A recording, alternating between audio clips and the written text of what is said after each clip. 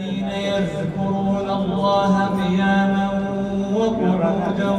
وعلى جنوبهم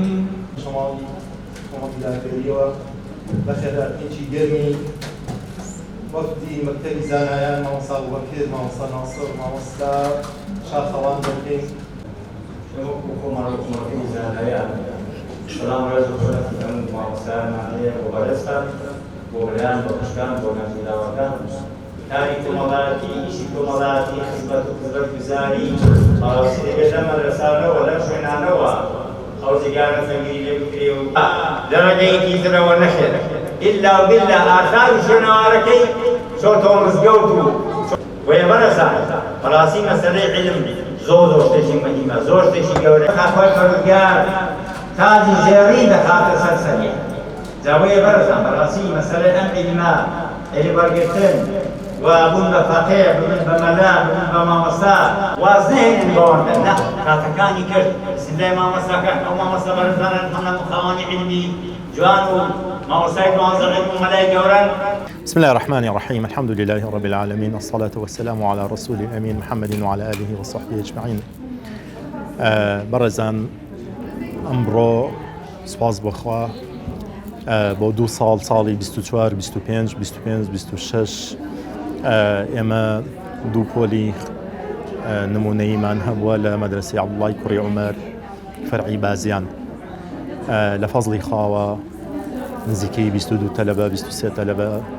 کە هەندێکیانیان توانێت تاقیکردنەوە بکەن ئینشەڵا لە دەوری دووەمە تاقیکردنەوە دەکەن بەشدار بوونە و لێرەوە زۆر سپاسی مامۆستاکان مەکتەبی زانایان قوتابیەکان دایک و باوکیان کە سوکاریان دەکەین کە مۆڵەتیان پێداون کار ئاسانیان بۆ کردوون بۆ خوێندن خی گەورە دمونیان زیادکەوە داوا لە دانیشتوانی بازیان دەکەین الحەمدولایە ئێمە قوتابخانە و علوم شەرعیەمان هەیە داوایان لێ دەکەین بێن بەدەممانەوە بۆ خۆیان بۆ دین و ژینی خۆیان بۆ کۆمەڵگاکەیان بخوێن و دواتر بیگەێنەوە بە جیلی دوای خۆیان. بسم الله الرحمن الرحيم الحمد لله رب العالمين وصلى الله على محمد وآله وصحبه وأمته أجمعين. برزان إما وقتي مكتبي زانایان کە پێکاتب بوو لە بەندە و مامۆستا ناسر و دکتۆر شاخەوان ومڕهاتی بەشداریمان کرد لە ئاهەنگی دەرچوانی قوتابیانی ئەم مەدرسەیە کە لە بازیانە مەدرسەی عەبدوڵای کوڕی عومەر الحەمدولە کۆمەڵە تەلەبەی بەرچاو چاکی تێدا هەم لە کوڕان و هەم لە کچان ئەم مەدرسەیە 2 ساڵە دروست کراوە 2 ساڵە لێرە هەیە لەم لە شاری بازیان لەم مەنتیقەیە الحەمدولە دەور و ڕۆڵێکی گەورەی هەیە خەڵکێکی زۆر هاتوون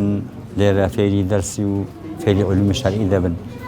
ئینشاڵڵا وەکو سائیری هەموو ئەو مەدرسەکانی دیکە کە لە شوێنەکانی کە سوود قازانجیان هەیە الحەمدولە خەڵکێکی زۆر ئیسفادەی لێ دەکا بەگشتی بەبێ ئەمەی کەوا ڕەچاوی هەر کەسێک دەتوانێت بێ ئیسفادە بکە سوود وەربگرێ بلایان خوشکان لە زۆرینەی شوێنەکان کە ئەو مەدرسانەمان هەیە سوپاسی ئەڵڵا دەکەین سوبحانەهو وتەعالا کە بەڕاستی دەورێکی گەورەیان هەیە خەڵکێکی زۆر دەتوانێت سوودیان لێ وەربگرێت لە کوڕان و لە کچان لە هەموو چینی توێژەکان یانی بەبێ ئەمەی کەوا جیاوازی لەگەڵ هیچ کەسێک ناکرێت بۆ قەزەی هاتن بۆ ئەم مەدرسانە. پێشکی بە خێرخانتان بکەم دەستخۆشیتان لە یەکەم کە ئەرکتان کێشاوە هاتون بۆ بازیان من وەکو خوێندکاری قۆناغی یەکەم لە مەدرسەی عەبدوڵای کوڕی عومەر کە بەشداریم کردووە لە قۆناغی یەکەم بە پلەی یەکەم دەرچووم زۆر سپاسی مامۆستا بەڕێزەکان مەکەم کە ئەرکیان کێشا لەگەڵمان ماندوو بوون وڵاهی ئەو بابەتانی کە ئێمە ئەمان خوێن بابەتێکی گشتگیر بوو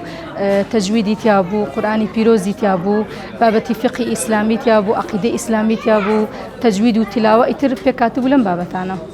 بسم الله الرحمن الرحيم الحمد لله والصلاة والسلام على رسول الله محمد وعلى آله وصحبه ومن والاه. ئێمەی مامۆستایان لەم مەدرسەیە هەستاین بەوانەوتنەوە هەر مامۆستایەک لەوانەیەکە یان دووانە بە نسبەت خۆمەوە وانەی تەفسیر وانەی سیرە وانەی عەقیدە ئەمانەمان وتوتەوانێ بەڕێزانی تریش مامۆستایان لە بوارەجاکانە وانەی نەحویان وتوتەوانێ وانەی حەدیثیان وتوتەوە الحەمدولillah قوتابەکانمان زۆر جۆرایڵن تیروی عیلمن بەڕاستی کاتەکانی خۆیان بەخشیوە بەم عیلمە هاتوون لە شەو بەڕاستی شەوگارێکی زستانی سارد هاتوون بۆ خواستنی عیلم لێرە زۆر پەرۆشەوە الحەمدولillah تقریبا 26 خوێندکارمان هەبووتر کە موزایەکە بەواسطەی هەندێ بابەتی کۆمەڵایەتیەوە الحەمدولillah ساڵی دومیشان بە پایان گەیاندووە سوپاس بەخوای گەورە ئەوەت بوو کە بینیتان یەکەم و دووەم و سێممان هەیە لە هەر سێ قۆناغ